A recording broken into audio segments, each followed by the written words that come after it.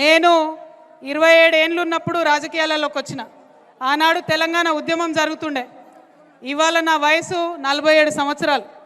ఈ 20 ఏళ్ళల్లో మొత్తం తెలంగాణ కోసం, తెలంగాణ ఉద్యమం కోసం, కేసీఆర్ గారి కోసం, టీఆర్ఎస్ పార్టీ కోసం, బీఆర్ఎస్ పార్టీ కోసం నేను పనిచేసిన.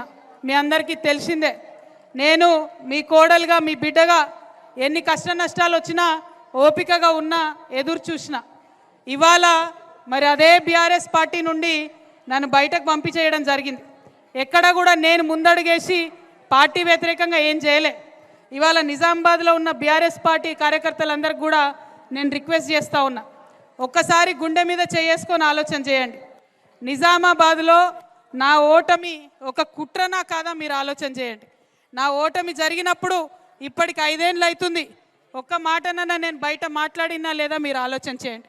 ప్రతి చిన్న బిడ్డకు నిజామాబాద్లో తెలుసు ఏం జరిగిందా అన్నాడని. ప్రతి బీఆర్ఎస్ పార్టీ కార్యకర్తకు తెలుసు ఏం జరిగిందా అన్నాడని. కానీ నేను ఎప్పుడైనా సరే ఆ అవమానాన్ని భరించిన ఎందుకోసం? నాన్నగారి మీద గౌరవంతో, బీఆర్ఎస్ పార్టీ అంటే ప్రేమతోని, తెలంగాణ రాష్ట్రం మంచిగా ఉండాలనేటటువంటి ఆలోచనతో. కానీ ఇవాళ ఇంటి గుట్టంతా బయటేసి మరి నన్ను ఇబ్బంది పెడుతున్నటువంటి సందర్భంలో మళ్ళీ నా మనుషుల దగ్గరికి, మళ్ళీ నా ప్రజల దగ్గరికి, మళ్ళీ నా నిజామాబాద్ గడ్డ దగ్గరికి వచ్చిన.